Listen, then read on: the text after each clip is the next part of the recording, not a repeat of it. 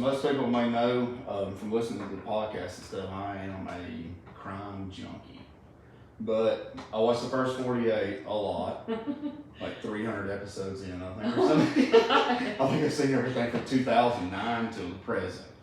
But a lot of times I don't ever see, a lot of people lawyer up, this, that, and then they end up, and you don't really ever get to like talk to somebody that was in like a murder case or anything like that. And Megan Brock actually is a local from around here that was actually on 48 Hours recently, and in a case, and I was able to get her on tonight, and thank you. Yeah. Thanks for coming on. Thank you. I got to know a lot of this is what goes on behind the scenes. I want to know You'll love everything.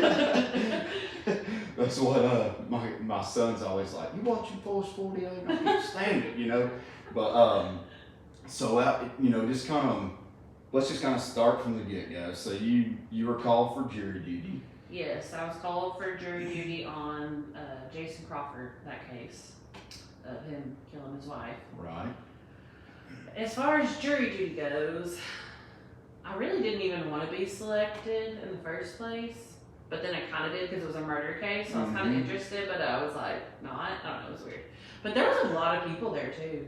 There was probably, 50 people there? 50, 40, 50 people? Yeah, there was a lot all there. ages? Like Yeah, most definitely, all yeah, ages? like from I guess 19 and all the way, to older people. Really? So Yeah. that's the one time I ever got jury duty was I was 19. Yeah. I walked in, the judge was like, yeah, no, you're free to go. Yeah. Which, Yeah. I got the day off, so I was okay with that. Yeah, right. And they had to pay you, so. But I couldn't imagine like being on something like on a case like that. I'm watching it on TV. Like I don't know any of these people and Right. stuff. And I couldn't imagine like being on that. And when you go into the jury duty, you actually don't know what kind of case you're getting to begin with, do you? Not at the very first. Now they will eventually go into it, like Mhm. not necessarily names, but they'll tell you it's a murder or it's a this, Right. But yeah, like I said, there was a bunch of people there, and I honestly didn't think I was going to get picked because every question that they would ask, do you know these people? Do you get squeamish? Just Right. random stuff, just to make sure you can handle, the trial. And I didn't answer one question. I just sat there quietly, and I mean, my name was called like number 4, and I was like, what? Did you just say Megan Brock, really? I was like, oh no. So before y'all okay, when they select you though, like do they do they say okay this is a murder case? Mm-hmm. Do they like send you home with anything, or is there do they go ahead and start showing you some of the stuff before the trial starts or anything? They don't tell you a thing. So everything basically is in the courtroom itself, right? Yeah, because I didn't even know it was Jason Crawford until we got to the trial the first day. I just knew it was a murder case. That was it. So they're like, you're selected and it's murder. So like afterwards, like say after I'll say Monday, when they were like, okay, court's adjourned, we'll continue tomorrow. Did the juror, do y'all get back together and like? Yeah, so basically what happens there is whenever you get picked, she'll put you in this room, all of us in a room, and she gave us rules. So, because by then we knew who it was, Right. blah, blah, blah. But she gave us rules like we couldn't look up his name, like Google his name, or, go on Facebook, Google his, or try to find him on Facebook, or her. We couldn't talk to each other about the case, which I thought was weird, but. Even the juror, so you couldn't like. Yeah, like say, any hey, of the jurors in that call me room, or yeah, we weren't allowed to talk about it, which we kind of did. Anyways, yeah, we would sit there until she was like, okay, come back into the courtroom, and then the bailiff would take us to the courtroom, and we would just sit there, and trial started. Wow. And like, when this thing first started, I mean, they lay the facts out, or basically, I guess they start that case from the beginning, like the 911 call, Right. and then you go from there. Kind of sequence of events. Right, like a sequence of events. Mm-hmm. And like, how many it was a 4-day trial, but like at what point did y'all start kind of painting a picture of, because I know you were one of the ones that was on the fence, you know? Yeah, I mean, honestly, a lot of us, I mean, it was probably half and half, like at the beginning when we Right. first started deliberating. And I was on the fence too. And I think my problem was, why I was on the fence was, and I think 48 Hours showed this, but in the body cam footage of one of the cops, he said it looks like a suicide. Mm-hmm. So I was like, I was stuck in my head, you know? Right, yeah. And of course, they played the 911 call first. So we didn't really know what we were like listening to, you know? Right. Of course, we listened to it. We watched the body cam footage of 2 different police. And then, you know, we had to listen to the prosecutor and all their, like the medical examiner, you know, Right. Yeah. all those type of people. And we had to see all the pictures, which was terrible. And even the body cam footage, because, you know, in the body cam footage, they don't It's blur like anything blurred, out, right, yeah. you know. So you 12 like have to watch this, and Right, yeah. Which, it was actually 15 of us, because 3 of them were alternates, just in case, you know, one of us had like a medical emergency or, you know, yeah. And I'll tell you something later on that's real funny about it, actually. But anyways, so yeah, the very first day of the trial was Tuesday. Yeah, it was Tuesdays when it started, because it was supposed to start Monday, but right, yeah, I was following it. Yeah. Things didn't work out. But anyways, so the first day was actually probably the hardest day for me, just because, like I said, the 911 call and then the body cam footage, so you saw everything, you know, and then of course pictures came along as far as her dead body and stuff like that. So it was hard to look at. I'm not gonna lie. Oh, I guarantee you. Yeah, I mean it's like you're watching on TV. Like I'm watching the first 48 stuff, 48 hours or whatever on TV. It's all blur. Yeah. You know, like seeing that visually and knowing that's someone's mother, you know, someone's daughter. Exactly, and especially she was a mother to 2 beautiful little a girl and a boy, and they were small at that time. Right. Yeah. 4 and 5, I believe. So I mean, and I'm not gonna lie, I cried during the trial. Oh, I guarantee you. I mean, like, it's hard. yeah, I mean, being able to, and you know, I mean, like reality would really sink in, like, something happened to this girl, what? You know, that's what, and there was a lot of things that stuck to me about the thing was, it was almost like she was probably at her end. You know, I mean, like, no, I'm not saying like, you know, yeah, but like the way that it was. That's how they portrayed it. Right. Yeah, a lot of the stuff was wrote out like what she wrote in her journal. This. Yeah, I read those journals. I read both of them that she had. She was not depressed at all. Right. I have depression, and I know what that feels like. You know. Right. She was not depressed at all. She was a very God-fearing woman. So, you know, what she said, like in the 48 hours, what she said, but what they don't show is right after that, she says something along the lines of, but God's got this, you know, I know I'm in good hands, blah, blah, blah. She wasn't depressed. At all. She was not depressed. Well, see, I seen too, several people had said that about, you know, she visited a counselor, Yeah. you know, like the day before or whatever. Mm-hmm. And a lot of times I could be seeking advice or, you know, what am I to do next? You know, a lot of times somebody needs somebody to talk to if they feel like they don't have anybody a lot of times. You know, right, like because she was kind of lost because the guy that she was cheating on Jason with actually broke up with her. Mm-hmm. You know, so she was going through that. She was going through, you know, having to tell Jason, you know, and a lot of people didn't even know that she was cheating. That was going on. Yeah, like they didn't know until pretty much, you know, the day before or the day of. Right. So, wow. Yeah, it was crazy. It was like a really mixed up deal, you know, like when, like his mother, you know, her mother was basically just like, I'm gonna wait and see what happens, you know, and that kind of stuff. And I think that's another thing that got me too, because she was so like, because at the trial, she said when she was on the stand, she was one of the first people, because she didn't want to know the evidence. She never even stayed for the trial. I saw that, yeah. She didn't, you know, but one of the very first things she said was, I don't believe that Jason did this. I love Jason. I mean, I love him like my son, you know. And she was like, he lets me see the grandkid or, you know, her grandkids. You know, we have a great relationship. And I was just like, that speaks volumes about probably how Tiffany was. Yeah, you know what I mean? Like, most right. of the people that was, yeah, 'cause she was always like trying to help somebody. I feel like she would, if you came to her, like she might be one of those kind of people. It's like, don't care what you're doing, you know, or what's going on. Right, I'm not going to judge you. I'm here to help you. Right. You know what I mean? Like, Right.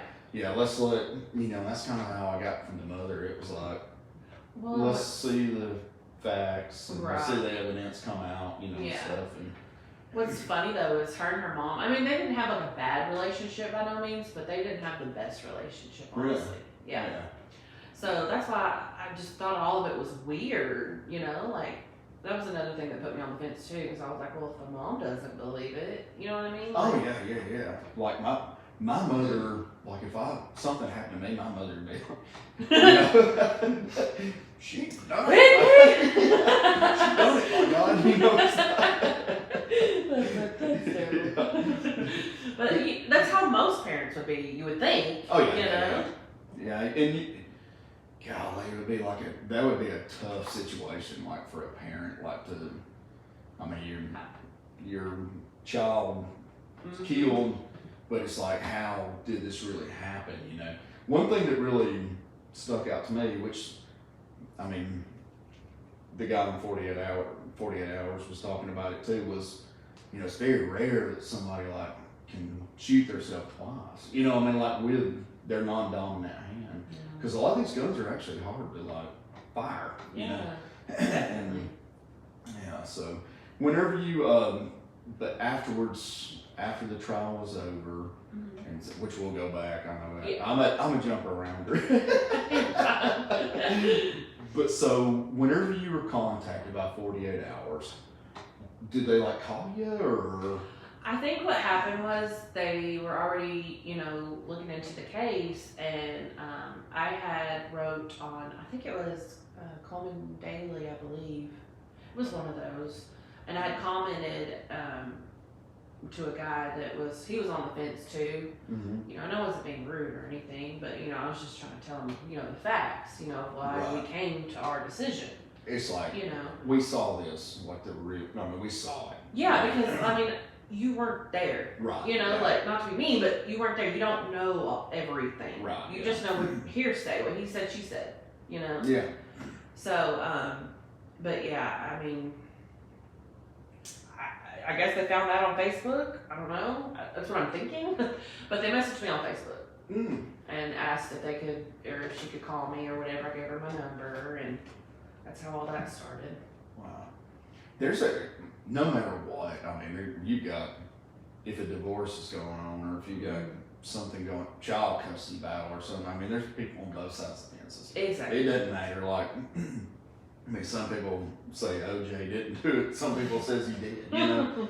And that's what was strange about this case, though, was, you know, they kind of treated it like it was suicide.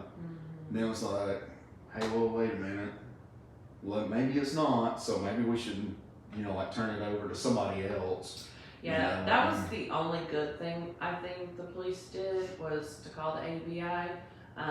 Because not only was his mom, you know, she worked at the sheriff's office, so of course, you know, that was a good call, but I don't understand why they didn't take any evidence at all. I mean, I understand that at that time it was a suicide, but I feel like, I don't know, at least take the gun?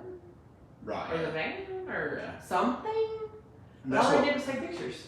See, and that's what me and you was discussing earlier from, you know, like if it was Memphis or Tulsa, Oklahoma, or Birmingham even, you know, a lot of times you see on TV or whatever, where they might even keep a car in the garage for like 2 years. Yeah, they you know, need to. Right, you know, that way they can always go back to it or whatnot. Right, you know?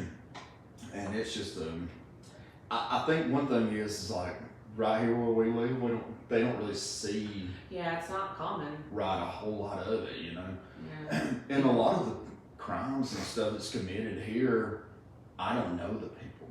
Same. Yeah, you know, I mean, a lot of it could be like Crane Hill or something. It's like, or you know, and you're like, well, who was it got shot, you know, or whatever. And well, it was a family dispute, you know, grandma got mad or whatever, you know, it's like. Right, yeah. That is true.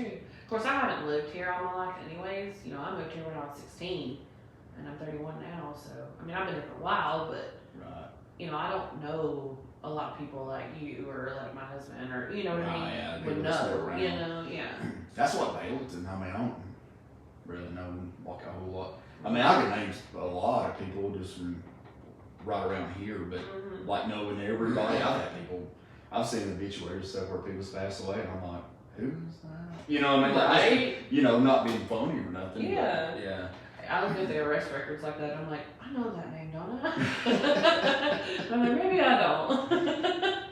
I look at the arrest records too. I'm always like looking at, I don't know, I'm seeing up a crime, all that kind of stuff. I do, honestly.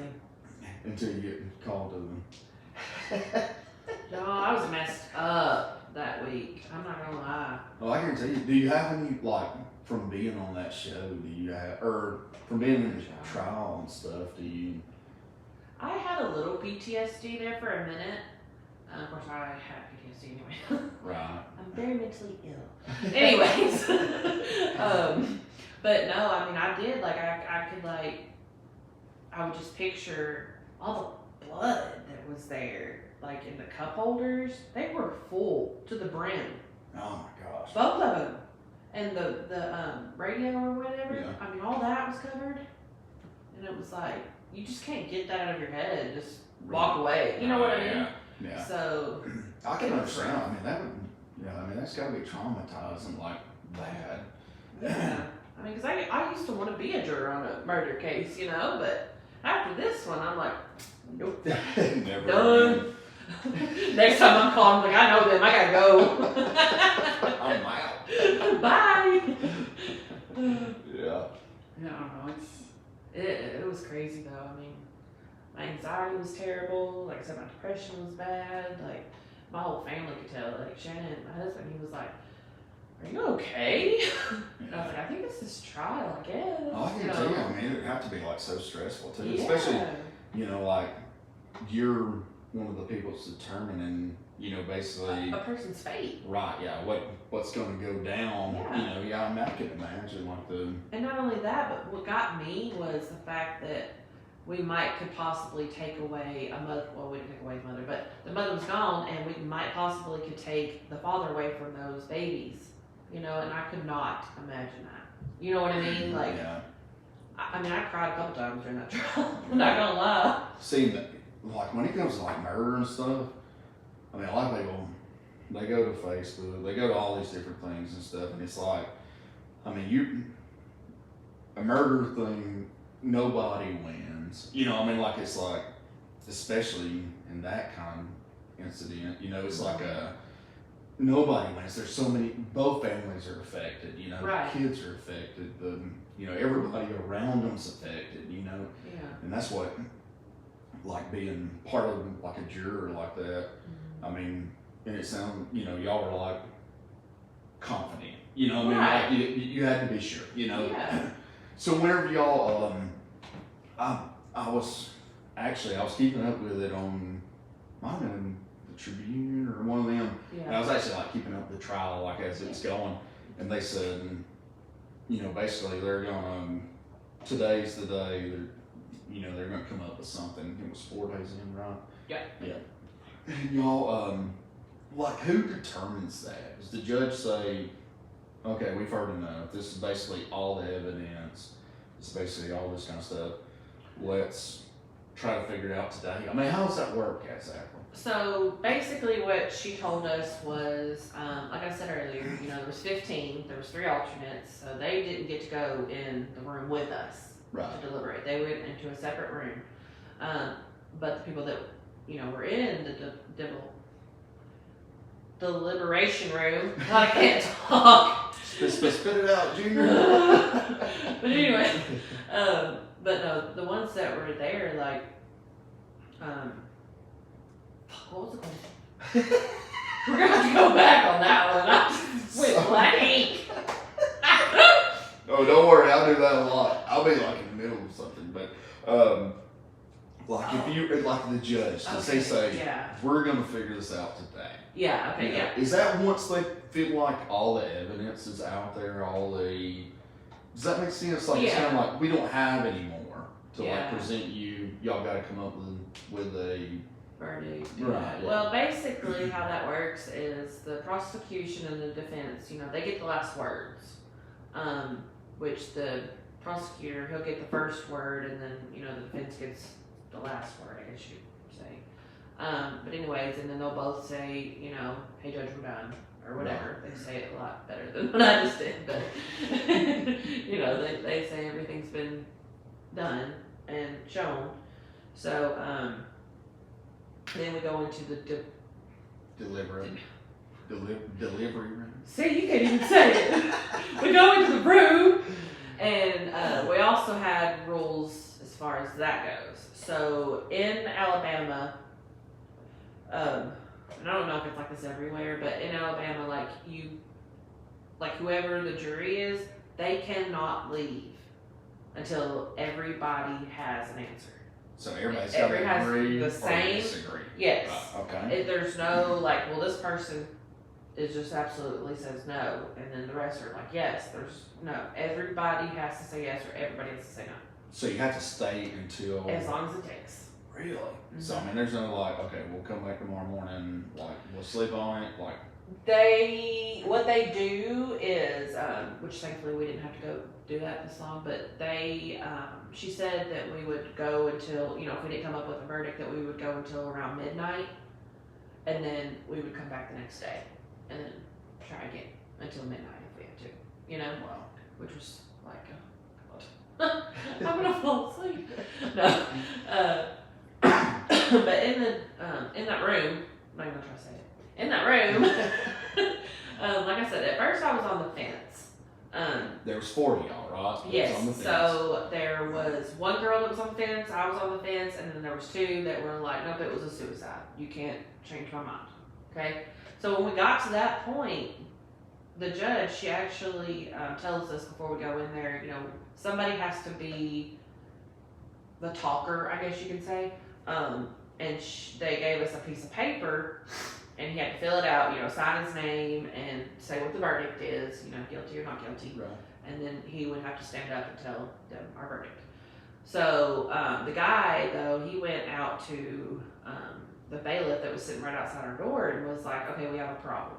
So we have this many people that are guilty, and then we have this many people that are on the fence, we have this many people that are not guilty, and we can't change their minds. And he was like, well, I guess you'll just have to keep deliberating. And that means just basically going back through the evidence y'all already done, right? Yeah. Do y'all just keep passing stuff around, papers, diary, notes? Well, technically, when we got in there, they only gave us the journals, the pictures. I think that was it, honestly. So we had to ask to hear the 911 call. We had to ask to watch the body cam footage again. Wow. So they brought in a computer, so we could watch the body cam footage, which is what we watched first. Right. And then the 911 call after that. Because in the body cam footage, there was really nothing shown that was like, oh, there it is, Yeah.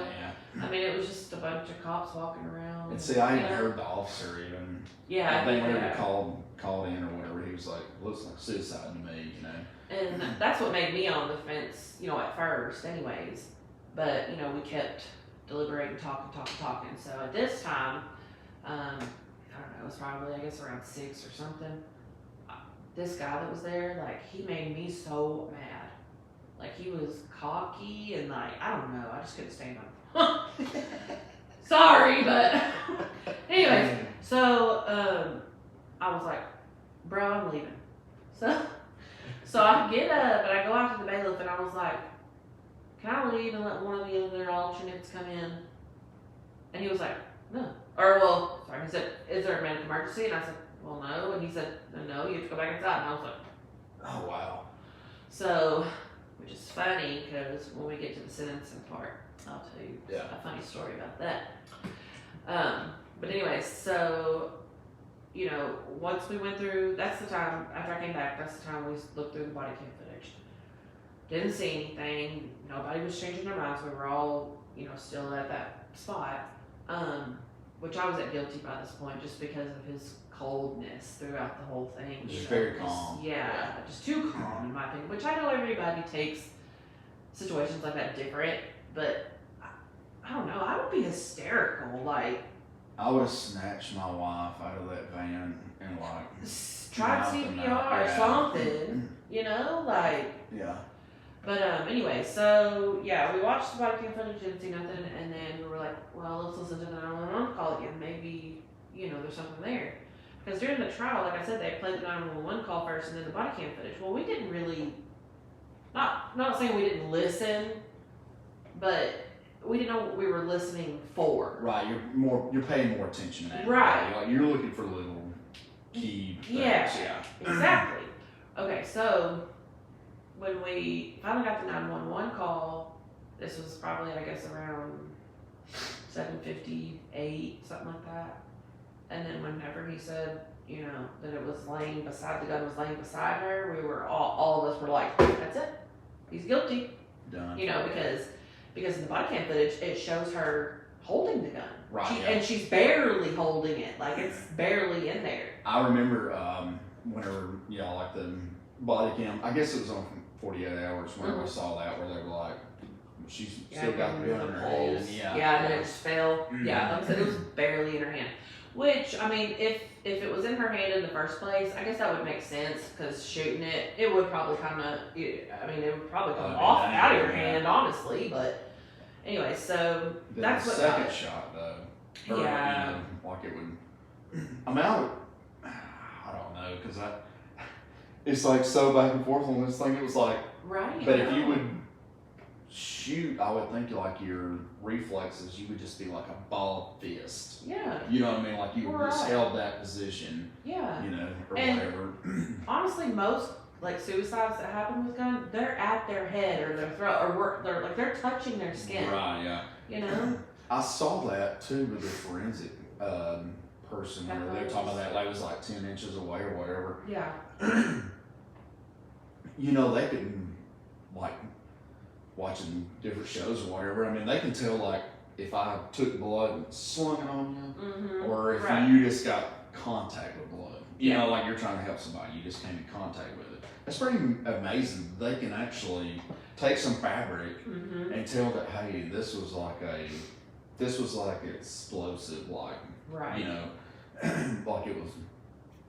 I don't know how to explain that. You know what I mean? Though, like the way. I mean, forensics is. It's crazy how they do that and how they figure out things. Yeah, it is. It's amazing. I mean, it's like they can tell anything on it. I mean, to be able to look at a bullet that's been fired and hit concrete sometimes and say, well, we'll fire another gun. We'll fire that gun with the same round and it'll cut it the same way or whatever, notch it, grave it or whatever, and. Yeah, that and like how they can tell, like, oh, she's been dead for 48 hours, or oh, he shot it, yesterday. You know what I mean? Oh yeah. It's crazy. I learned a lot, honestly, about that kind of thing, like, because the burns, like, she got shot right here first, and there was like burn marks on her. See, I never even thought about that. Yeah, which is called stippling. It's blood and kind of a burn mark. That's where the bullet's actually hot coming out. Right, exactly. Okay. See, that's cool. I hate to say that's cool, but yeah. But it's interesting. I guess I should say. Yeah, and it was more, you could see it like on her jaw shot, but up here there was like none. Really? Which is how she figured out that it was, at least 10 inches away. Because like what happened was, or what I think, I don't know if this is true, but they were saying that this was the first shot, this was the second, obviously. But what I think was, like, he was close enough right there to cause the stippling. He freaked out, backed up, and shot her again, Right. But another thing that she also said was hair. It if there's hair in the way, then, the stippling won't really show up that good. I saw that too from the forensic lady. And, I mean, it was like right here, there was a little bit of hair. But, I mean, for the most part, there was, like, 3 or 4 dots that were, like, stippling. The burn and So that means so the it shot had to was have been further further. away, Yeah, it right? had to have been further away. See, And with your non-dominant hand, I mean, you literally have to like.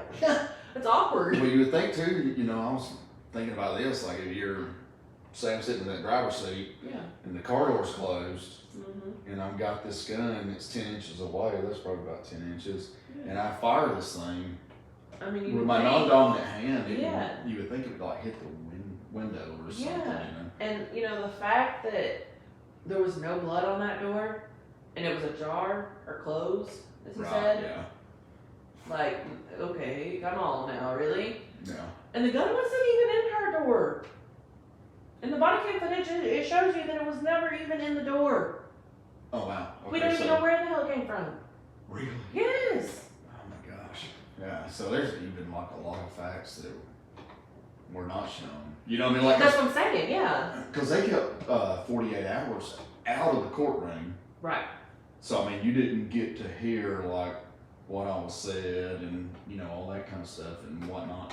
And you know, talking about the lie detector, I'm gonna get off this subject for just a No, second. you're fine. 'Cause this is kind of this is pretty. My fishing buddies will appreciate this. Uh-oh. But I was in a fishing tournament one time. Yeah. I've never seen a lie detector test work. I've been around fishing tournaments and all this, and I've placed top 10, you know, a couple Yeah. tournaments, whatever. And a lot of times they'll just randomly select within the top 40 or whatever. Hey, third place is going to be done, ninth place is getting tested, 22nd place or whatever, you know. Yeah. They just randomly hit them.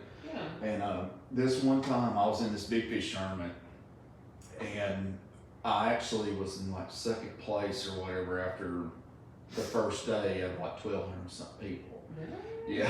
Well, it was lucky. It was lucky. It was lucky. But my buddy Richard, he'll back me up on this. But it was cool because I was sitting in these chairs, and I won the hour or whatever. I had an 8.5 pounder, Mhm. and I won the hour. And they called me out that I had to get a lie detector test, and I had to have a boat check, which was fine because I'm Right. legal. Right. You know? Yeah. And dadgummit, there was this gentleman come up and he said, "You Jacob?" I said, "Yeah." He said, "Let's go look at your boat first." I said, "Okay." So we go down. He wants to see what I caught that fish on, just to make sure it was something illegal or I didn't have a Right. live bait or anything, you know. And I showed him all this. I showed him that I had another one in the live well I was going to try to weigh too, also. And I said, "I'm going to go up and," or he said, "Y'all boys go back out fishing, have fun. Congratulations," or whatever. I said, "No, I got to take this lie detector test." I was But so you were pumped. nervous. No, I was so pumped.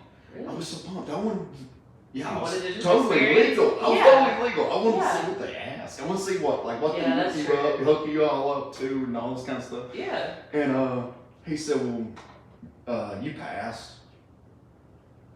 I'm like, "I passed." How did you do it, bro? He's like, "You would have never made it this far. You would have gotten in that boat and hauled ass." You know, like you would. Yeah, that's true. Yeah. Yeah, you know, 'cause- and I even looked at Richard, which was my partner, and I said, "What do you want to do?" He said, "You really want to take that lie detector test?" I kind of do. You know, I kind of want to see what they ask you and stuff. Yeah. You know, because I'm totally legal. You know, it's Right. like, you know, I'm not going to cheat at some love, you know, anyway. But yeah, I never got to take one. Dang.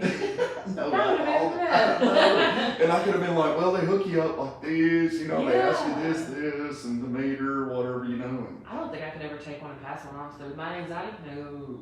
really? I mean, I'd be freaking out anyways, and then, I know, I feel it. I'd tell them right away, I'd be like, "You can take it, but I'm gonna feel it." But I swear I didn't do anything. I've heard of so many like people like trying to cheat that thing. They'll put like Yeah. a thumbtack or something in the bottom of the shoe. Mm-hmm. You know, they say that works to keep from the Mhm. tapping or whatever. Yeah. The tap or whatever. Yeah, that nervous, like, Yeah, you know, you got that foot shaking and all that kind of Mhm. stuff. And yeah, I never got to take one. That was the closest I ever got. Dang. And it was funny as we was like pulling back off to go back fishing again. I said, "No, I should have went." He said, "You should." I said, "I just love to see like what they asked you." Yeah, You know? that's like a once in a lifetime, just like me being on that trial. That's Right. literally like once in a lifetime kind of thing. That guy that's on 48 Hours, Yeah.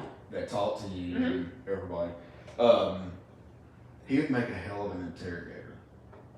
He would. I mean, he was like straight to the point. Bold. Yes, his face stayed that way too. I don't even think I've seen that man smile. No, I did, but I mean, during the show though, I mean, he was like, oh yeah, focused, I mean, you know? Even when he interviewed like Jason, he was very just like, but it ain't that much.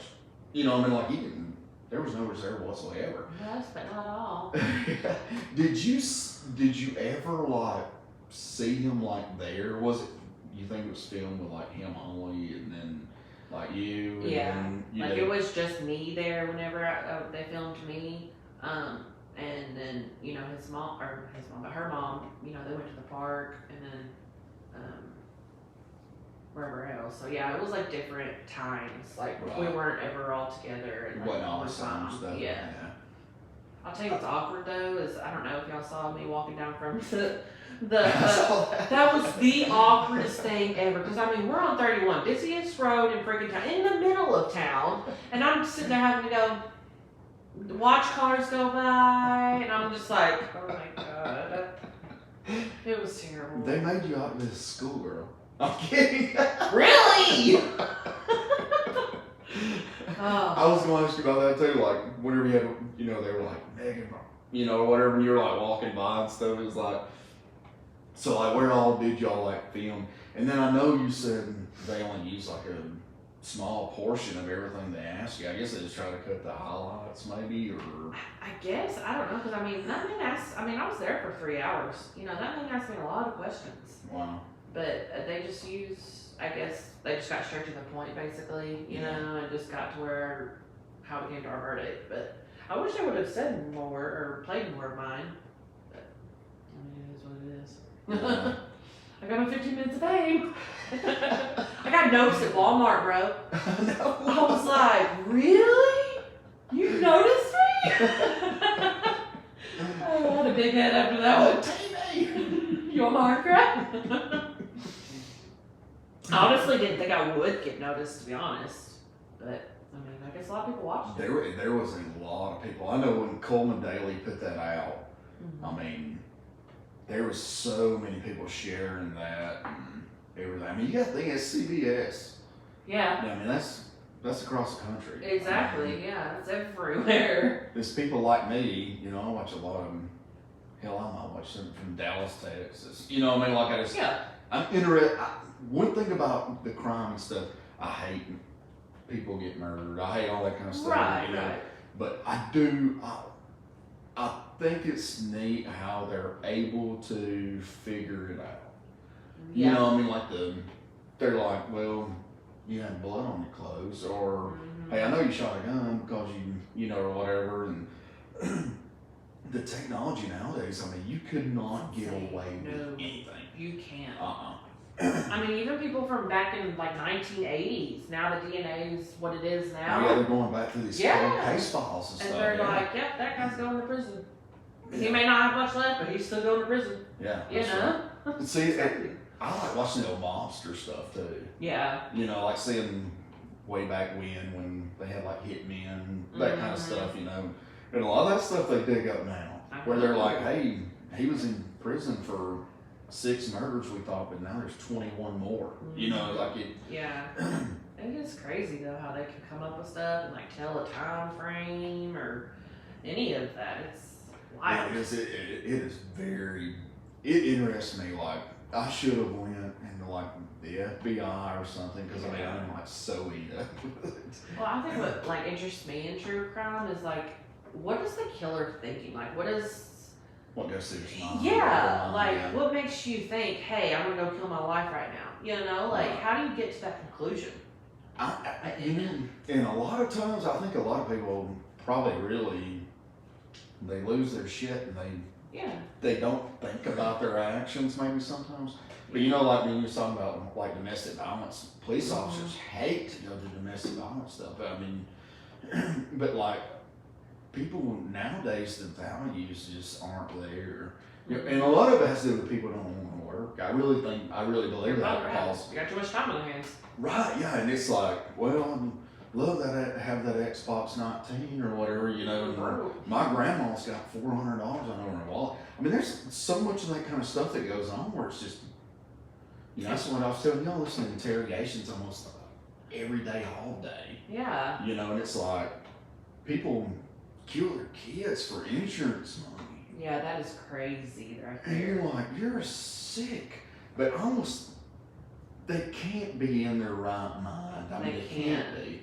And I know like a lot of like true crime like YouTubers that I watch, you know, they all, not all, but I feel like they kind of, I guess, blame it, or like a better word, but blame it on like their childhood. Right, yeah. But like, I mean, you know, there's plenty of people out there, like, you know, I didn't have a good childhood. You don't see me out here killing people. Right. You know what I mean? Like, Yeah. I think it's like a spur of the moment kind of thing, you know? Like, it may not be spur of the moment right then, but, you know, they have this thought and you're like, I could do that. You know, I could kill my parents and get all their money in this house, you know what I mean? And they're just like, that sounds like a really good idea. And then a week later, they're dead. Oh, yeah. That's You right. know? The only way I could really honestly shoot someone or whatnot is if they were breaking into my home. And I really felt like my wife, and not even so much me, if I was home alone, honest to God, the person I am and the bullshitter I am, I could probably talk them out of it. You know what I mean? It's something you can, really. Yeah. But if my wife and kids are here, I'm gonna defend my house. Exactly. You know what I mean? Yeah. Yeah. But a lot of that stuff, yeah, you're right. It's like a spur of the moment. People get so mad these days over like the smallest stuff, you know? It's Snowflakes. Oh. and you're like, calm down, Karen. It's not that bad, bro. Like, you'll be over it in an hour, I promise. Yeah, people don't. They just really like overthink. I don't know. Yeah, I know.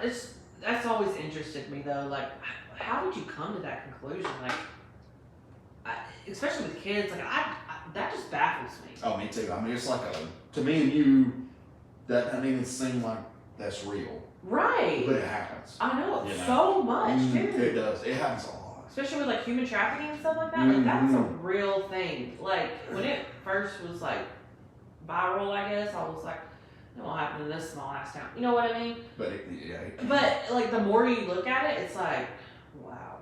You know, like. I feel like nowadays everything's could be next door. You could have a human trafficker. You could have a child molester. You could have, I mean, like back when me and you were younger, we never heard this crap. No. I mean, we didn't come home until the lights came on. The That's street lights right, came yeah. on, you know? And we were miles away. Yeah, and your house, your front door was open. Yeah. Came right in. Hey, mom, I'm home. Yeah. You know, it's like, Is dinner ready? Well, you got time to get a bath. You know, Yeah, it's like exactly. it'll be ready in 30 minutes. But Now? everything nowadays, I don't really care where you're at. I feel like everything is close to home. Mhm. You know, I mean, like murders. I mean, everything is like right in front of you sometimes. You know. Yeah. I mean, like this case, it happened in Gold Ridge, Right. Yeah. which is what, like less than 10 miles away from us? Yeah, it's not You far. know? It's So that's another thing why I was like, why are y'all picking me when y'all know my address? And we're like, I'm like here, and he's like here, you know? And we're not allowed to go past his house. That was another rule she gave us. And I'm like, I take Gold Ridge to go home though, you know? So you got a detour now, yeah. So it's like, really?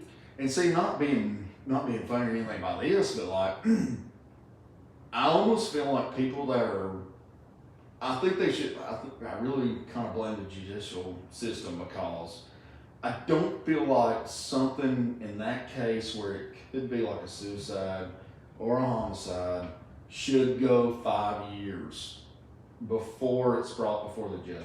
I think that should be a very quick.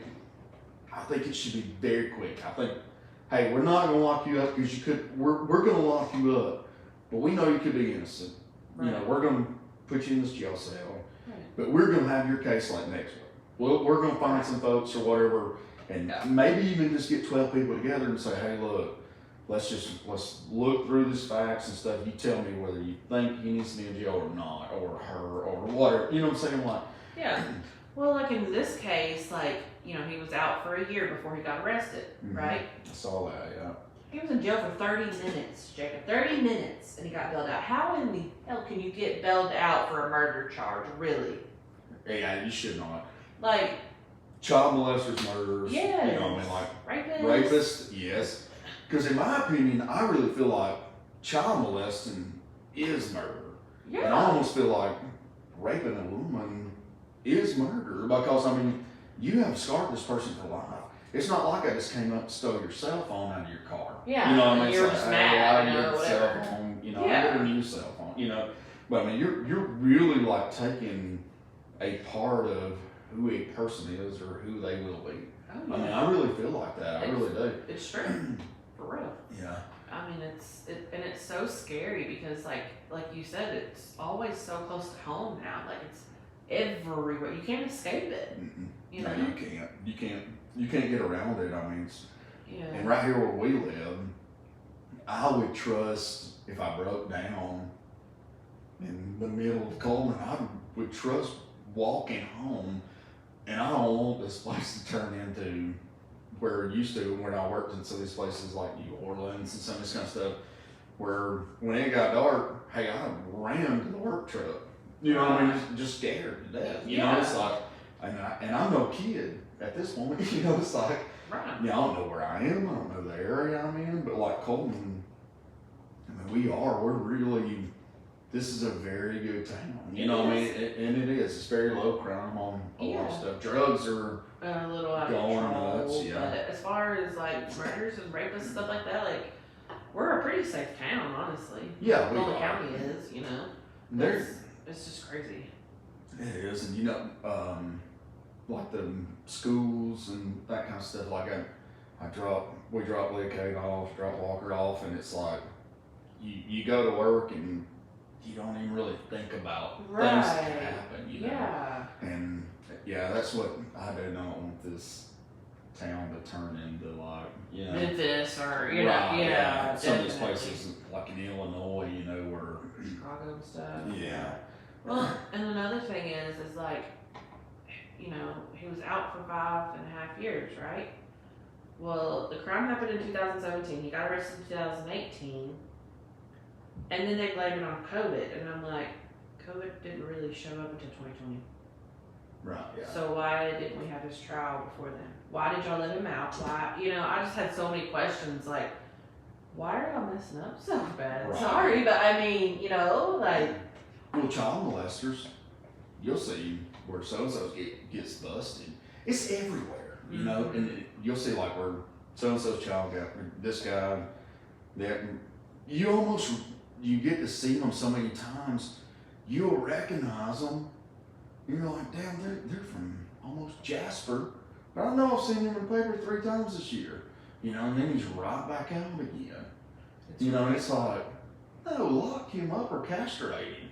You know what I mean? Please. That's what I think should happen, honestly. Yeah. You know? I don't know. But we got like you said, it goes back to, well, he was abused growing up, you know. They Yeah. make excuses, and it's Right. like, I'm sorry, but there is no excuse for that. That's None. right, yeah. I'm in the same boat. You know, none. Mm-mm. And like, you know, even like with like the death penalty and stuff like that, like I don't really believe in the death penalty because I feel like, you know, if you're gonna be that kind of person, then you need to sit in that cell, think about what you've done for the rest of your life, Right, yeah. and be miserable. Sometimes the death penalty would be an easy way out. For It somebody, is. you know. Or if they take their own life, you know, in their cell or wherever, you know, like that's cowardly. I'm sorry. Right, yeah. You know. I would be trying to like, which I can't put myself in that position because I've never really Right. It's you know, hard. thought about it. You know, Yeah. and stuff. And I would try though. I'd be like a pill after pill after pill. You know, if I was a bad person, but you know, but I don't know. It's just the justice system is so. yeah, it's screwed. It is. Even people in the justice system will tell you it's It screwed. is screwed, It yeah. really is. And like, you could take somebody that's never really been in trouble, and he could get caught doing something or whatever, and oh my God, they'll throw the book at him. Yeah, it's like wrong place, wrong time, and this guy has life while you have this murderer over here getting out 30 minutes later. Right? Yeah. It's Yeah. like, make it make sense. The math ain't mathing. That's right. It ain't. Maybe it's supposed to be like Common Core, where you like. Oh, I hate them. I do too. Xander comes up to me with his homework, and I'm like, bro, you're gonna have to Google it. I don't know. I don't know. Thank God I married an accountant because of the math. But talking about that kind of stuff, Liv Gates already like learning words. Lord help me. I think she's a kindergartner. She felt like Wednesday, February. You know, I mean, it's like, I think I was in 7th grade before I started like messing with that, you know? February, speaking of, I just learned how to spell it like the other day. You left the R out, didn't you? Yes. So it was like Feb, not the R. It was like February or February, yeah, whatever. I don't know. That's so embarrassing, but it's true. I'm like, if you're gonna put a silent letter in there, just leave the damn thing out. Right. You know what I mean? Like, this freaking school system stuff too, like, and teachers will bitch about it. You know, they're like, we have to teach it, so, you know. yeah, I mean, they're like, yeah, well, I'm trying to learn it myself sometimes, you know? It's Yeah. like, Well, some answers Xander will just leave blank, you know, because he doesn't know. And Right. I don't know, you know. And, you know, and because they always have to show their work. That's the problem. Like, you can't just get the calculator out and do it. You know what I mean? You Yeah. have to show your work now. So it's like, you're on your own. See, I love the teachers. You remember they used to be like, you ain't gonna have no calculator in your pocket. It's like, You want to bet? 2023, baby. Actually, I guess like 2004, maybe. Yeah. 2004 or something, probably. It's when, yeah. Yeah, let's see. I graduated in 2009. So yeah. Yeah, that was stupid. When you had to have those big, you remember those big old calculators we used to have to have? What was that, Texas Instrument? Yes! Hey, I'm gonna tell you, as dumb as I was, I couldn't figure that thing out unless it was adding and subtracting. It's like a bad computer to a 1-year-old. I'm serious. It was like this huge, like, it was like, so what do you do again to get percentage again? You know, it's like, I think you can do fractions on that mother. Like, what? you could if you knew the buttons. Right, yeah, exactly. I think I finally figured it out, though. That's why I got good grades in that. That's right. So when me and you were talking about the sentencing. Yeah. And like the sentencing, it would be extremely hard for me to put somebody on death row. I honestly think it would be easier for me if it was like a child molester. I really think child molesting is murder, in my opinion, you know. Yeah, anything to do with the child is just fucked up. Don't mess with the kids. Yeah, I mean, it's like, Take me, my whatever. Yeah, you know? if you think a kid's attractive, you're in bad shape. Yeah. Go find Jesus, bro. Go find Jesus. That's right. Yeah. Yeah. I mean, and it's everywhere. I know, it's so crazy how close to home, like you said, and it literally is. It's everywhere. Yeah. I mean, it could be next door for all that we know, you know? Yeah. And you were talking about like the death penalty. I know, like, there's no way in hell I could have, like, I couldn't do it. And one thing is, it's like, I'm not God. I'm not going to choose your destiny. Right. You know what I mean? It's like, yeah. Do I think you're guilty of something? Sure. But I'm not going to be like, okay, well, you need to die. You know what I mean? Like, I could do it myself. Because like I said, that's the cowardly way out, in my opinion. Yeah, I mean, he needs to sit there and think about what he's did for the rest of his life, and I hope it haunts him. You know? Like, I hope you have dreams about it. Whatever. Like, I hope you live miserably. Right, yeah. You know? I've seen so many of these like our prisons are so, I watch a lot of that stuff where it's, it'll show where they put, 30 days in or something. Oh, yeah, I love that show. Yeah, and it's like, you got like all these people, they're basically just kind of hanging out or wanting to fight or whatever. Oh, But yeah. like, you look at like Russia or some of these other places. Mexico's a really Oh wow, yeah. I mean, they're in like a 4x4. Yeah. And they get out. I think they get, most of those people are just solid white. I mean, they don't even have any kind of skin tone whatsoever because they don't let them out. I think they give them like a book every. Yeah, something like that. Like you literally, like if you're on death row or whatever, you have to sit in your cell for 23 hours. You get out in 1 hour, and that's to go in a little bitty cage outside That's right. and to get a shower, and then that's it. Yep. And you just get to walk that little 15 by Yeah. whatever. And Yeah. that's There it. might be a basketball goal there or something. That's that's it. Yeah. I mean, I mean, Shannon has told me so many horror stories from, you know, prison and jail and stuff. I'm like, I would die the first day. Oh yeah, me too. I do not want to go to jail. No. I don't. I've never even been in trouble. I mean, besides like speed tickets and stuff like that. But Yeah. as far as like in trouble, I remember one time, and Shannon, baby, I'm sorry for telling the story, but I have to. It's funny. We got pulled over. Me and Shannon got pulled over, and they ran his name, of course, and stuff. And at the time, he was a felon, which he's not now. He got pardoned. Right. And Shannon's as good a guy as I know. yes, Really. he really Yeah, is. Shannon's a good person. Yeah, it's not like he did anything bad and to deserve He that. was But probably anyways, younger too. And, he was young and dumb, drugs, whatever. Yeah. But anyways, so we got pulled over, and I guess our windows were too tinted at the time. He had this little bitty car. I don't remember what it was. He didn't have it very long. But this cop made us get out, which he was used to. But he, made me get out too, and I never had to do that. Like we had to sit down on the ground. He had a dog that went through the car. Oh wow. I mean, and I didn't have my license on me, but he, asked. He asked for my license. I was like, I don't have it, but I know my number, by heart. So I told it to him, and he comes back. He was like, "That's the wrong number," and I was like, "No, it's not. Try it again." Oh god. So he went and tried it again, and then he came back and he was like, "You're good. Go." But I'm like, I've never had that happen. I was so scared. I mean, I've never had that happen to me. I was like, she was like, "It's okay, babe. You're good. We're not doing anything bad, so you're good." Did y'all have to tear the tent off? Did you have so many days like you were in the tent and stuff, or did they even just let you kind of slide on it? Yeah, because I think he checked the tent. This was long. It was like when we first got married, but I think he checked the tent and it was like just barely legal. So we kind of think that he was just messing with us more than getting us for tinted windows. You know what I mean? Right, yeah. Because that car was like new, so we didn't have a tag for it at the time either.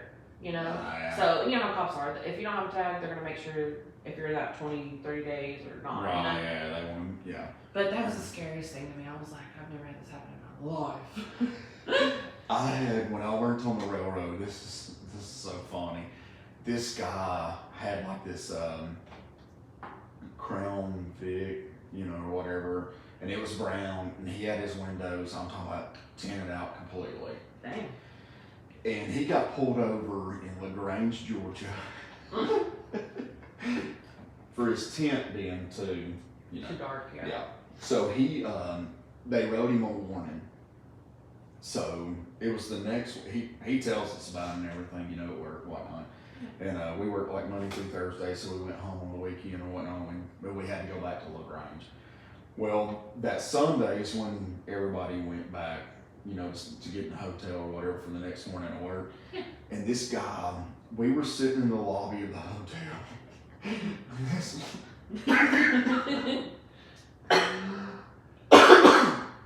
This guy, I'm getting choked, hold on. He comes in, he's got his bags, and he's soaked. Soaking wet. It was raining like crazy. Oh my god. I hope y'all can hear me because I just got choked. We were like, what happened, man? Yeah.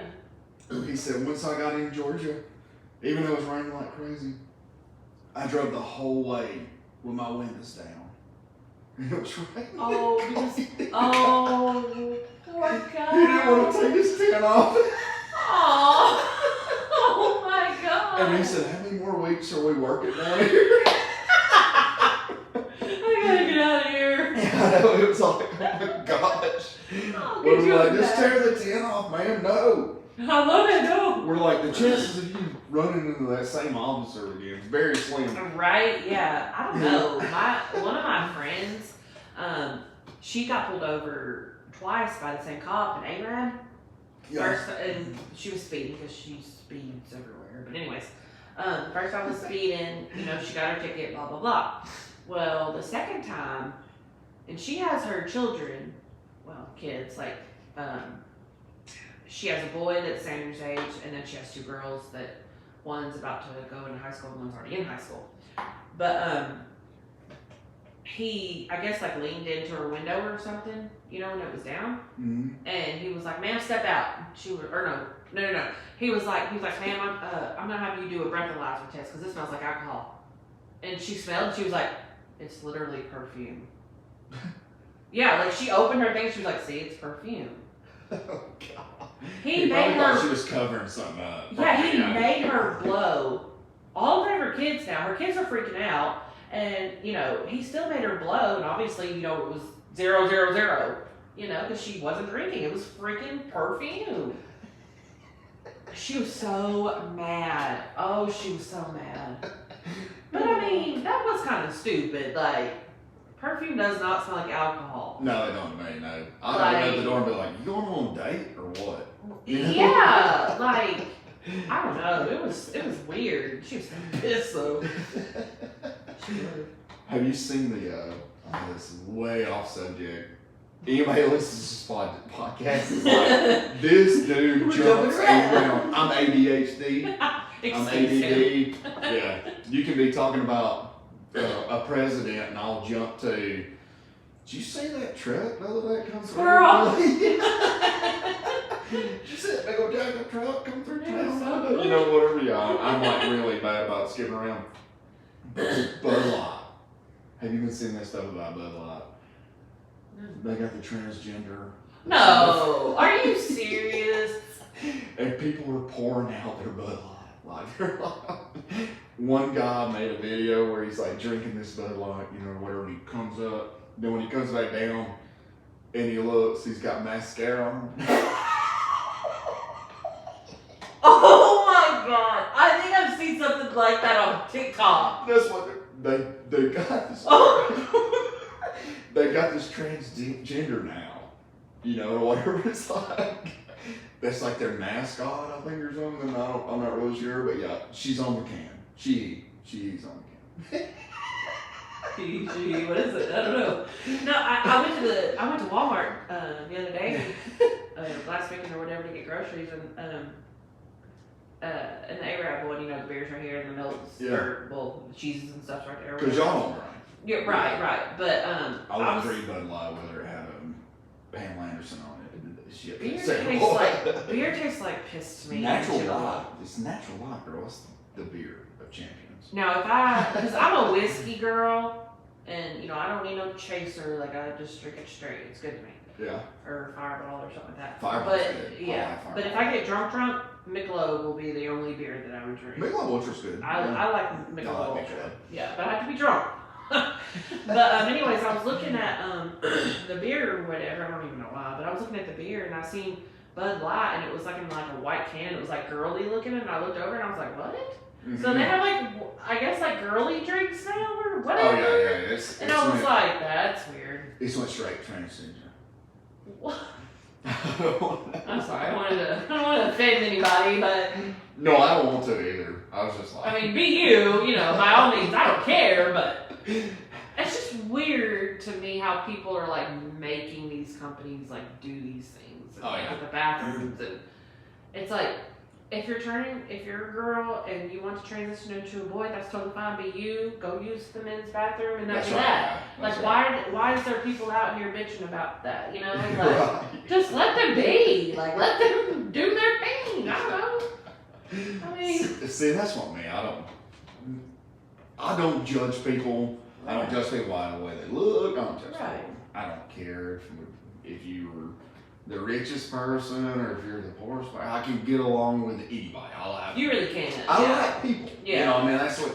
And a lot of this stuff I joke about, you know. Right. But if I had like a gay friend to call me, it was like, which I mean, I don't really have one, but if I did. You know, and they had I'll tell you a story actually. Okay, story time. We were in Auburn, and we were tailgating, and I saw this guy, and he was like trying like crazy to figure out how he was going. He had a flat tire, and he was in the parking lot, and we were in the parking lot. Mm-hmm. We were set up there in the parking lot. You weren't with your father-in-law, were you? Yeah, I was. Oh, no. So, and one of his buddies, too. Yeah. From Huntsville. I can only imagine Terry. So, which Terry, you know, he don't get involved in that. Right, Terry stays out of everything. yeah. All jokes or whatever, he's not, unless it's an Right. Alabama joke or something, he's not going. And He's like this. Don't fire me, boss, I love you. Terry and him are good people. Like, you They very are. seldom get them caught up, like, talking about somebody or something. Yeah. You know? And, but I kept watching this guy, and he kept walking around. I could tell he's having trouble, you know? Yeah. Well, I'm like, I look over at Terry's buddy, I'm like, hey, man, I'm going to go down there, and I want to show him how to change this tire, I guess, Yeah. you know, whatever. Well, it ended up being a gay person. You know, and it was so funny to me because I was like, you need some help. My mom's trying to tell me on the phone what I'm supposed to do, like change this tire. That's what it says. You know, Mm-hmm. so I'm like, well, I changed the tire in like 15 minutes now. You know, and yeah. show, you know, he's like, show, you know, Yeah. whenever I changed his tire, he goes out. I think I might have gave him like a half hug or something, you know, because he was so excited that he was on his way. Yeah.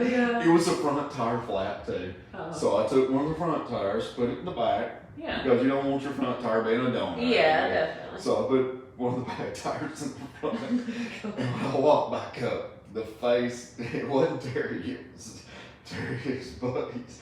They were like, how'd that go? I was like, yeah, that's what you thought. You know? Exactly what you Dude were had thinking. no idea how to change a tire. You know what I mean? But like, things don't bother me. Gay people Right. bother me. You know what I'm saying? It's like, I mean, I don't care. You At know? the end of the day, we fall asleep just That's fine. right. We all. They don't bother us. That's right. Yeah. We've all got the red blood. You know what I mean? It's Exactly. like, yeah. I don't condone racism or anything like Yeah. that. You know, I mean, I don't have any gay friends either, but you know, I don't care what anybody does in their life. Me either. I'm just like. Do you, boo? That's right. I live my life. Yeah. You're nice to me. I'm nice to you. Yeah. I mean, life goes on. Especially if I don't even really know that person, I'm just like, okay, cool. Yeah. You know, like, yeah. it is what it is. That's what I don't. I don't know. I guess my mom and dad were, which we went through like a very kind of. I mean, we went through a very like poor state during one time, you know, and stuff, and I appreciate that because. Right. A lot of people do. Right. Yeah. You know, and nowadays, you know, may help somebody out at Christmas or something. You know what I'm saying? Like it's like that Yeah. builds your character a lot more if you're exposed to like, do you know so and so might not get nothing for Christmas? Mm-hmm. You know what I mean, or Right. whatnot. My parents were really good about that. Like, Yeah. you know, so and so might not get nothing for Christmas. Let's do this, or Right. you know. Or they'll get like one big gift and that's it. You know. Right. Yeah. Yeah. And I think that's what's wrong with me. I was spoiled as hell. Ask mom. I was spoiled as hell as a little kid. Like my mom, till I moved out, was hanging up my clothes. I mean, See, I feel like I was spoiled too. You know, Yeah. even through the poor times, it was like, yeah. you know, we were all together, Mhm. you know, and stuff, and we had food on the table. Yeah. It might not have been steaks and greatest. potatoes, you know. But I Right. mean, we're a pretty close knit family growing up. You know what I mean? It's like- Right, yeah. But what they did, my parents did teach me is it doesn't matter, like, you still need to work for your money. Right. You know, you still need to work to have whatever you want. You know, like all the stuff that we're giving you, we worked for that. So Right. you have to do that for your kids when you have, you know what I mean? So, it's a good, I wouldn't say it's a good thing to be poor, but I mean, It does. It gets you to that where you're like, I've been there. I've been You know what I mean? there. I might be young, but I've been there. you know? Right. And I wouldn't look at those times any different than if I would open 50 presents or whatever, you know, because it's like we have each other, you know what I'm saying? Like, Yeah, you know, growing your up and family, stuff. yeah. But, you got some. We got off track a little bit, didn't we? Yeah, we did. I told you, I said there's only two things that I would not have to write anything down about, and that's fishing and crying. You're right, you didn't write nothing down, so neither did I, honestly. And I've got a notebook underneath here of people that's been on, and Yeah. I mean, I have like, I've done toward the notes out. I mean, that's this question. Yeah, I'm like, well, you always want to write stuff down to where you're like, oh, I definitely want to ask that, Right. whatever. And every single time, like I end a podcast or whatever, people are like, Dang, I should have said I that. wish I would have said this, Yeah. That's why nowadays I've even finished with like, you got anything else? Or whatever. Right. That And that's kind of stuff. how I was with 48 hours thing. Like, they were like, is there anything else you want to tell us? And of course I told them some stuff. And, because I had a lot to say, I feel like. I wish I would show more, but Yeah. it's okay. I'm still on the show. Yeah. And it was for a good reason. So. You nailed it. I mean, Yeah. you did. You did. I Because that had would have fun. been a very, I feel like that was a very brave thing to do. I mean, honestly, like it takes a lot of courage to go up and be like, I stand by my decision. Right. I'll talk to whoever. Even coming on this podcast, I Yeah. appreciate the crap out of it, Yeah, I mean, well, I'm the type of person that when I believe in something or whatever, like that's it. Right, yeah. That's what I believe in, and that's that. Yeah. And I'll stick by it till I die. Well, you did great on that. Yeah. It was And fun. you do some TikTok like makeup stuff. You Mhm. sell makeup too, right? Kind of. I mean, I still do. Yeah, I sell pharmacy. But I don't really post it a whole lot anymore like I used to. But like Whitney and Mom and Beth, some other people still buy from me. Right, yeah. My best friend and that kind of thing. But Your I TikTok. love doing makeup. That's why with this podcast, I know a lot of people like laugh at me and they're like, "Listen to this moron on the radio." It's like, I'm having fun. I was don't gonna say, care yeah. less what anybody says. You're doing something you love. That's like right, yeah. it's a And hobby, It's fun, yes. And everybody needs a hobby. Yes, they do. So you don't go out killing people. And honestly, I've always said that about people. Like, people's coming to me and it's like, man, I really feel like I've got right across my forehead, it's like, tell me your problems. A lot of times, And I'm Sorry. and I'm okay with that because it's like, what did you do for fun? Yeah. What don't? What do you like something. to do? Yeah. I know you're good at drawing or something. It's Right, like, yeah. draw. Yeah. Well, what am I gonna draw? Well, just draw. Yeah, It's like whatever comes to you. every person I feel like needs like you got your family and stuff. You love your family, and I really feel like people need like something they do. You know what I'm saying? Like personally, like per person, I feel like everybody should have something they do. Yeah, like with Shannon, my husband. I mean, he loves Jeeps. So what does he do? He builds Jeeps. Right. Like he built his own Jeep. He's almost done with mine. He's gonna build Xander one, and then he's gonna build another one. Like I said, like I told you earlier, we literally have 6 Jeeps in our backyard. They're torn apart. They don't really work, but I mean, he loves Jeeps. So Yeah, I'll tell you about Shannon too. Like I've asked him before, just small things. I'm like, hey bud, if you get a little free time, you think you might can help me out with this? By God, he's there. He's he smart, really too. is. He's a good person. he really He is. If I called and asked him something, I mean, like he would do it. Yeah. He don't want anything in return. No, he doesn't. No. He never will take it. Cause me and him, when we were building this house, and he was helping me out, I said, "Do you drink beer?" He said, "No, I don't."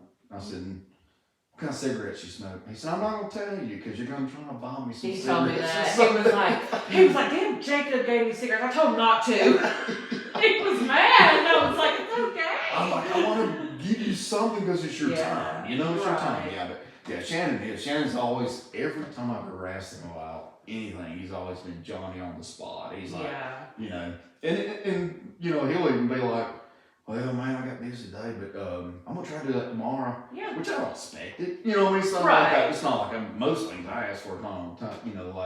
But I mean, you can tell like he's really like one of those people that's, hey, that's my friend. I really want to do that for him or whatever. He's really good, and he's so smart about like He's just everything, like he as far as really is, construction, vehicles, like it blows my mind. Like I still learn things now that he just figured out. Like right, I don't know. His brain's different than some because he'll literally look at something and be like, I mean, he'll like take something apart just to take it apart and put it back together. Yeah. Just to see how it works. You know, like, he's so smart. Yeah, he is. He is. And he's one, like, a genuine person. Like, Definitely. He's like, hey, he's not one of those people that's like, hey, I'll go do that. Maybe he'll give me this. Or, yeah, now he don't want anything in return. Mm-hmm. And, like, for me, like, some of the stuff he's done for me, it's like, the only thing I can do in return is buy you beer or cigarettes. Or because right. I know you're not going to take no money, you know? It's like, I know. Money's definitely in and it's like, I know I can't beat you up or something to take the money, so I'm just like. Everybody's scared of my husband, y'all. I don't know if it's the tattoos, but. He's the quiet type. He's nice, he's quiet. Yeah. It's like. But when he's done with you, he is absolutely done with you, and that's that. He doesn't cause drama. He hates drama. Right. You would have to start something with him. He's not like Yeah. And you don't want to do that, I promise you, because like I said, when he's done, he's done. Yeah, that's right. But he's great. I love him. Yeah, he is. He's a good one. I'm glad you came on, and I was hoping he was gonna get to come too and sit in. But the first thing when I called him. Yeah. I said, hey, tell Megan to be here about maybe 5:45. I said, I haven't had no lunch. She said, that's what I'm doing right now. I said, man, I'm in your boat, man. It's been a hell of a day. I said, tell her to get here about 5:45. He's like, oh, okay, whatever. And I said, all right. And yeah, he is. He said, if I come over here now, I'm not going to be on there, right? I said, no. Dude, back in school, he tells me stories all the time. And back in school, everybody had speech as a class or whatever, right? Yeah. And he would literally tell the teacher, like, no, I'm not doing it. Give me a 0. Like, I'm not doing it. He has such bad social anxiety. Like, it's not even funny. Yeah. He's like, I don't know. We're like opposites, but we're not, if that makes sense. In some aspects, we are. But, I don't know. It's just crazy.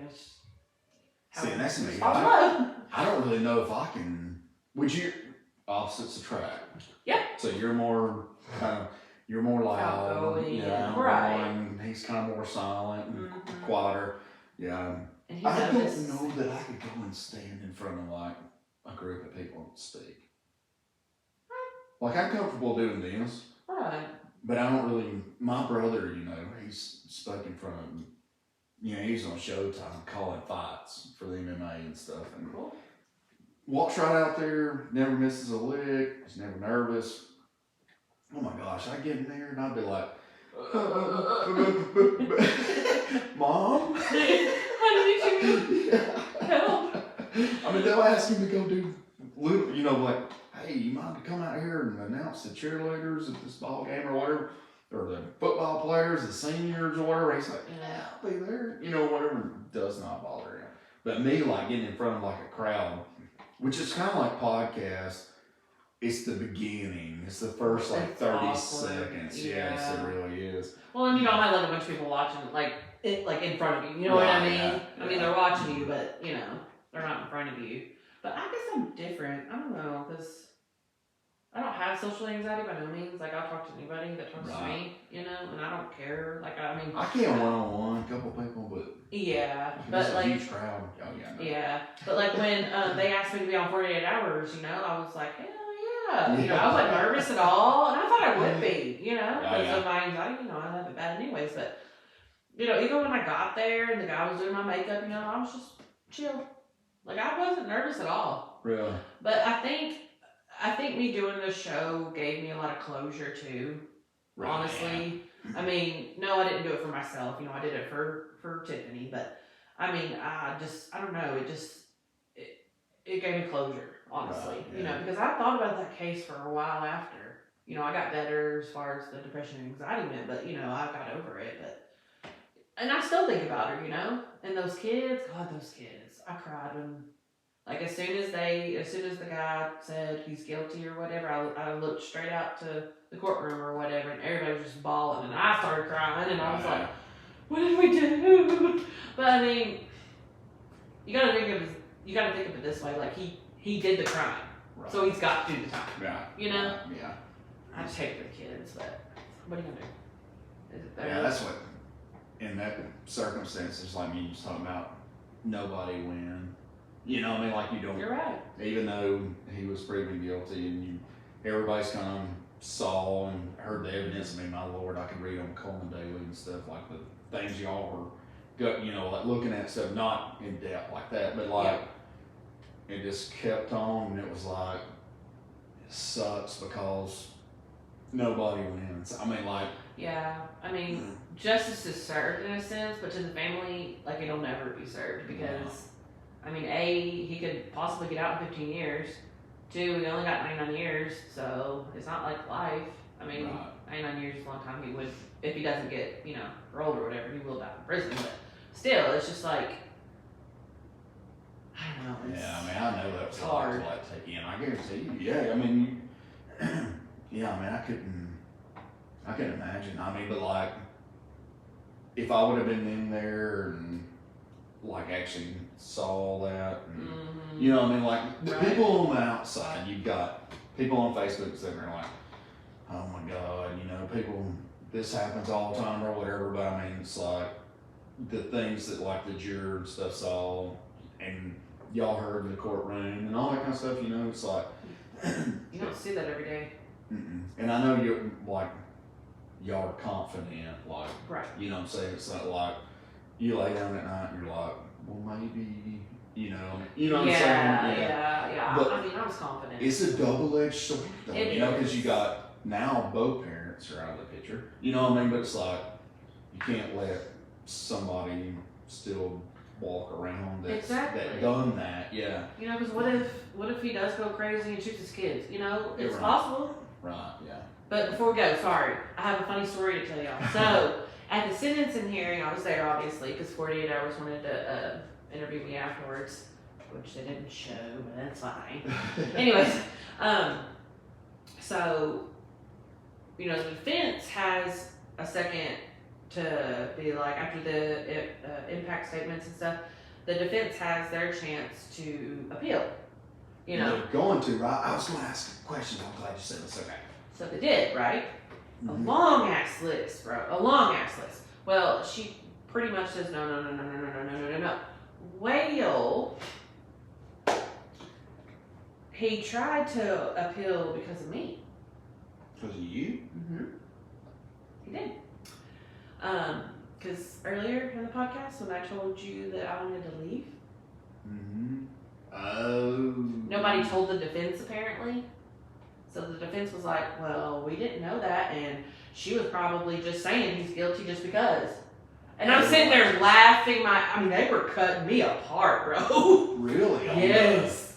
See, I didn't think about that. If you had to bring somebody else in, shit, that could have took another 4 or 5 days. I mean, because you'd have to fill these people in. Right. Yeah. Because the first time, remember when I said that, we had, one girl on the fence, and then the 2 were like, you can't change our mind, he's not guilty. Well, and we asked the sheriff or whatever, or bailiff, whatever. The bailiff went to the judge and was like, hey, they can't really come to a decision. What do I need to tell them? And she spoke with both the prosecutor and the defense. But when I wanted to leave, the bailiff never told anybody. So they found out afterwards. So they tried to appeal that on me, and that judge was not backing down. She said, you're not getting that appeal. Sorry. Denied. Really? So just like that quick? Yeah. Dang it, I had something to go through last week. See? He wrote down. I know, it wrote down. It just came to me low. Was it about the sentencing? Yes. Oh my gosh. Lord help me. Okay, y'all went, what is sentencing? 15 years parole. 15 years parole. Okay, yeah, I know, I'm back. Okay. When, let's just say they appeal, do the jury that was present at the first time when found guilty, are they a part of going in with the appeal, or do they pick a brand new 12?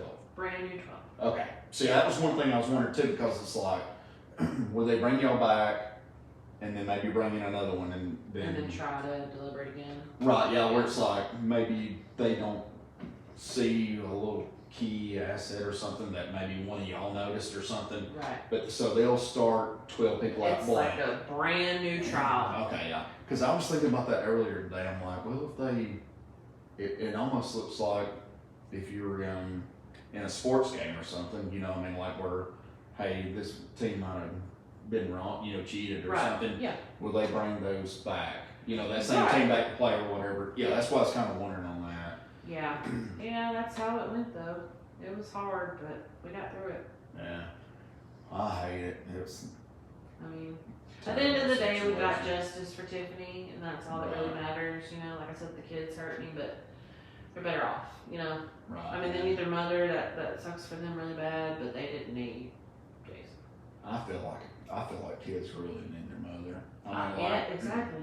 if they were like, if the good Lord come to me in a dream and said, "You're with me," I'd say, "Me, my God." Yeah, I'm sure Shannon would too. Honestly, It's like, I no, mean, me for sure. the mother, in my opinion, and I'm a mom, so this could just be me, but I feel like, you know, we're the glue. You are. Yeah. You know, like, we keep everything all together, I guess. Sue You Whitney know? just had hernia surgery, Right. and it was like she can only now she's moved up to 20 pounds a day. Like, I mean, she can't live more than 20 pounds, right? Probably didn't listen. No, the next morning after this hernia surgery, she's cooking breakfast and let the chickens out. And I'm like, "Are you sore?" "No, I'm good." I said, "You don't know how to milk anything, do you?" Like, I'd be in the damn bed. Even if I felt good, I'd be like, "I'm dying." Guys! She went to work. Babies. Yeah. Babies. Yes. She went to work.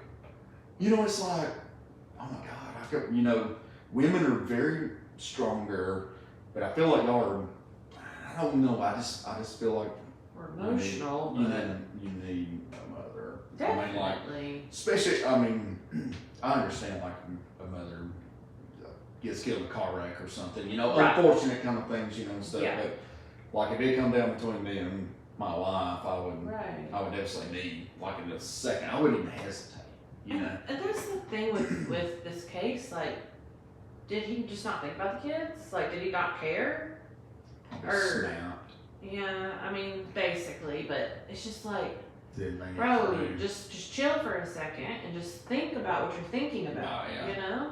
I mean, I know you're mad. Everybody does crazy shit when they're mad, but just think about it. Yeah. You know? It just blows my mind.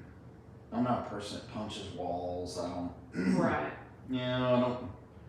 Even like, I mean, honest to God, like, I can't say because, I mean, me and Whitney's been together 15 years, married 11. Mhm. But like, if I found out she was cheating or something like that, I don't like, think killing would be your her mind. would be Yeah. the very last thing I would think of. Exactly. You know?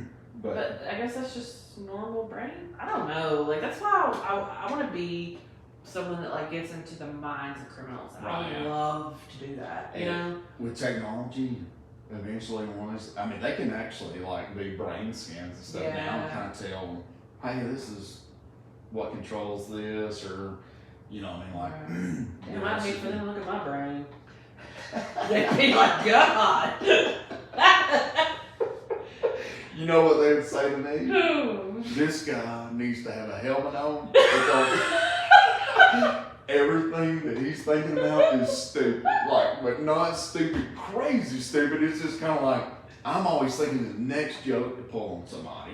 Or, you know, I mean, like today, the guy that works for me, he went in the bathroom and he died out laughing and he just pointed right at me because I did the toilet paper rolls with the paper towel hanging out, you know. And he's like, "What?" I said, "You ain't never seen that before?" He's like, "Yeah, I think I might have a while back." I was like, "Yeah, I just thought of it earlier that paper towel roll was like the floor." But I'm one of those kind of people. I'm always waiting on the next joke. You know, that's Yeah. just the person I am. I'm kind of that way too. Like, I love April Fools and stuff like that. Like, one time at work, I put a hair tie, a clear one, across the little sprayer. Oh, So whenever you turned it on, it sprayed you. Joyce got so mad at me. See, that's the kind of stuff I love. If that happened to me, I would be like, "Oh, you're in for it." You know, yeah. Yes. See, and that's where when we work, you know, we're always trying to scare each other. Oh God, Shannon Brock does that to me. We're I'm always trying to scare somebody. You know, I'll scare the kids. You know, but we always tell the kids too, because sometimes they get mad, and I'm like, I could be really like lying. You know, I could just be one of the dads sitting on the couch like, oh, bring me the remote. You know what I mean? It's like right here. It's like, I want to have fun, you know? Yeah. I want to scare you. I want to kid you. I want to joke you, you know? Man, he literally can just walk into a room and it scares me. I don't know why I'm so jumpy around. I don't know. But he likes to call Wolf now. Because he's a jokester too. I remember when we first got married or whatever, he called me one day and said, oh my God, baby, I'm in a wreck. I'm in a wreck, blah, blah, blah. And I was like, oh my God, where are you at? He did that so many times that, like, now when he tells me something, I don't believe him. Like, he cut his hand one time, and he was screaming at me, like, babe, I cut my hand, blah, blah, blah. And I was like, okay. I didn't move. And then Xander, he walks in there and says, Mom, he really did. And I was like, I don't believe y'all. Anyway, so I make my merry way in there. I'm like, whatever. And then I see it and I'm like, oh shit, you really were. And I was like, oh my God. Stop crying, Wolf. I love the joke stuff. That's my deal. I like to joke people. I'll call people and if they won't answer the phone, they call me back. They're like, hey, did you call me? I'm like, yeah, I was in the ditch, but I called somebody else. They come got me out. You know? And bro. You know, stuff like that. They're like, really? Where at? It's like, oh, don't worry about it. You're too busy. You know, whatever. Just kidding, I love you, babe. Yeah, that's right. Hey, we were bragging on you earlier, by the way. Yeah, exactly. Was there anything else you think of? Well. As soon as I hit the stop button, you're going to be like, oh my God. Should have said.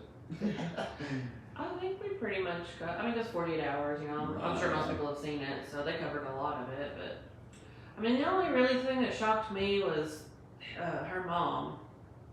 And I'm sure it did a lot of people. I know my sister she said she was screaming at her TV at her. Yeah. I feel like that would have really confused me, like, especially being on the jury, yeah. Because I was like, wait, what? Like, he could have, I don't know, I was just mind blown. Like, it would have been, I mean, that woman there, like, she really is innocent till guilty. I mean, there's no doubt about it, yeah. I'm just glad she came to her senses, though. Mm-hmm. You know, the sentencing hearing, her statement, impact statement, it was hard to hear, honestly. I mean, I almost got choked up, you know, because, yeah. you know, she misses her daughter at the end of the day, you know. Yeah. But, It sounded like she was such a sweet person. Oh, I mean, she does, yes. Especially with that Facebook group, that Moms Helping Moms. Yeah. I mean, and it's a big group. And you know what got me too about that is nobody said anything at that group about her dying. Nobody came forward or anything. No. Yeah, And I knew she had a couple of friends, right? Yeah. Yeah, and nobody said anything on that page or whatever. And I was like, that's something that they would need to know. She's a freaking admin of this page. She started it, right? Yes, she started it from the ground up. She built that for like herself. Yeah. You know, and she used to have like meetings, you know, with women and stuff, and she just sounded like a really great person. Yeah, and you know, like women having children and stuff, I mean, it gets very stressful on a woman. It's the hardest job I think a woman will ever go through. Especially, I mean, if you're nursing, you're up all hours of the night, you're not hardly getting any sleep, you're not getting, I mean, I'm sure for a woman, it would be like very nice to have somewhere to go to be able to like talk to somebody. Just about, hey, well, maybe try and put your child in this to sleep, or you know, maybe you could do this or something. You know, yeah, it seemed like she was like all for helping people, and maybe she might have not, and that might have like messed her up on like helping herself. I guess on a lot of kind of stuff. Not being mean or funny. Right? No. She seemed like the type of person that would give people great advice, like the right advice, but she wouldn't take her own. You know what I mean? And I'm guilty of that myself. Yeah. You know, but she really did. She seemed like she was a really, really great person, and it's just that she lost her life so soon. Yeah, it sucks. It's sad. I mean, Yeah, it's sad. It was hard. Just thinking about everything, like I just couldn't imagine. I don't want to go through. No.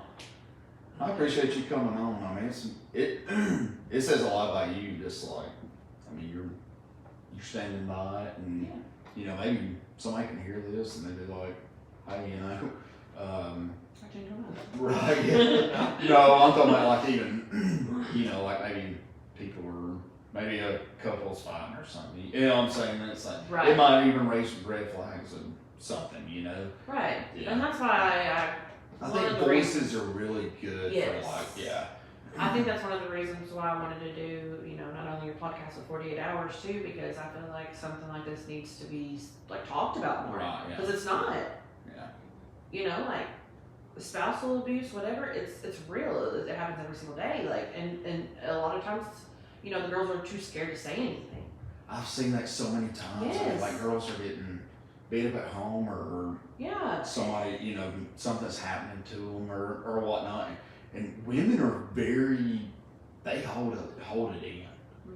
I mean, they do. You know, like I go to work and tell my buddies right back. You know what I mean? Like, Right. my wife's beating the crap out of me. You know what I mean? Or Right. something. Yeah. Yeah. But women, they do. I think it's a lot of the embarrassment, I guess. Yes, Like that- their choice of men or something. I don't know. And they're scared. Mhm. Oh yeah, they're scared because it could get worse. Yeah. You know. I've been in that situation when I was in high school.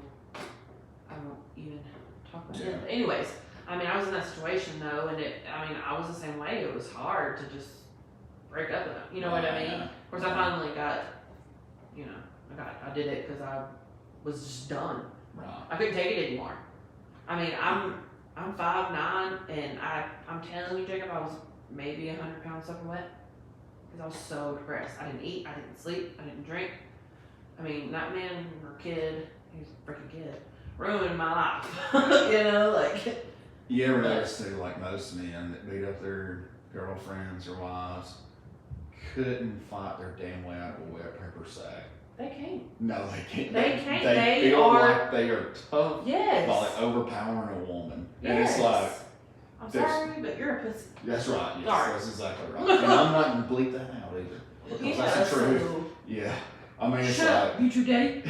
like, people I've known, you know, like through school or whatever, somebody might say like, so-and-so slammed me. It's like, well, I mean, I'll whoop his ass if you want me to, because it's like, you can't beat up nobody. Why are you with him? It's work. You know what I mean? It's like, But yeah, it's embarrassment. They're scared of what he would do. Like, because a lot of times they'll turn it on themselves and be like, I'm gonna kill myself if you leave me. Oh, yeah. You know, that bullshit. And it's like, a lot of abusers too are very manipulating, where in control. it's your fault because you looked at so and so and that's why I Yep. punched you or what. Yeah. But they're allowed to do whatever the hell they want. Yeah, that's right. That's right. Yeah. But they won't control, I think, at the end of the day. They just want to have somebody to control. Yeah. You know? It's a hard situation to be in. And I think that's why I wanted to talk more about Tiffany's case, because I'm not saying that he hit her or was abusive like that, but I mean, killing her's not any better. You know? Like, That's the top. I mean, Yeah. it's the highest of all highs. I mean, yeah. I just couldn't, taking somebody's life, I mean, it's over for them. I mean, I still Yeah.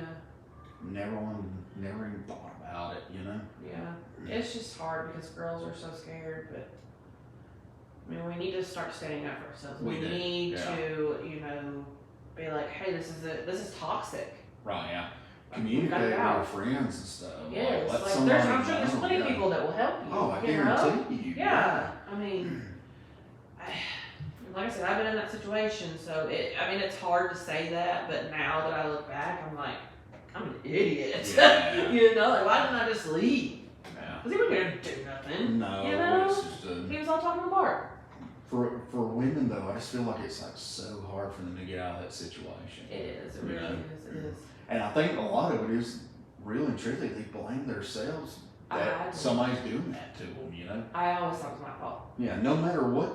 I mean, no matter what you do, if you're just a straight Karen, you know what I mean, and they're dating you, why don't they just get out of it?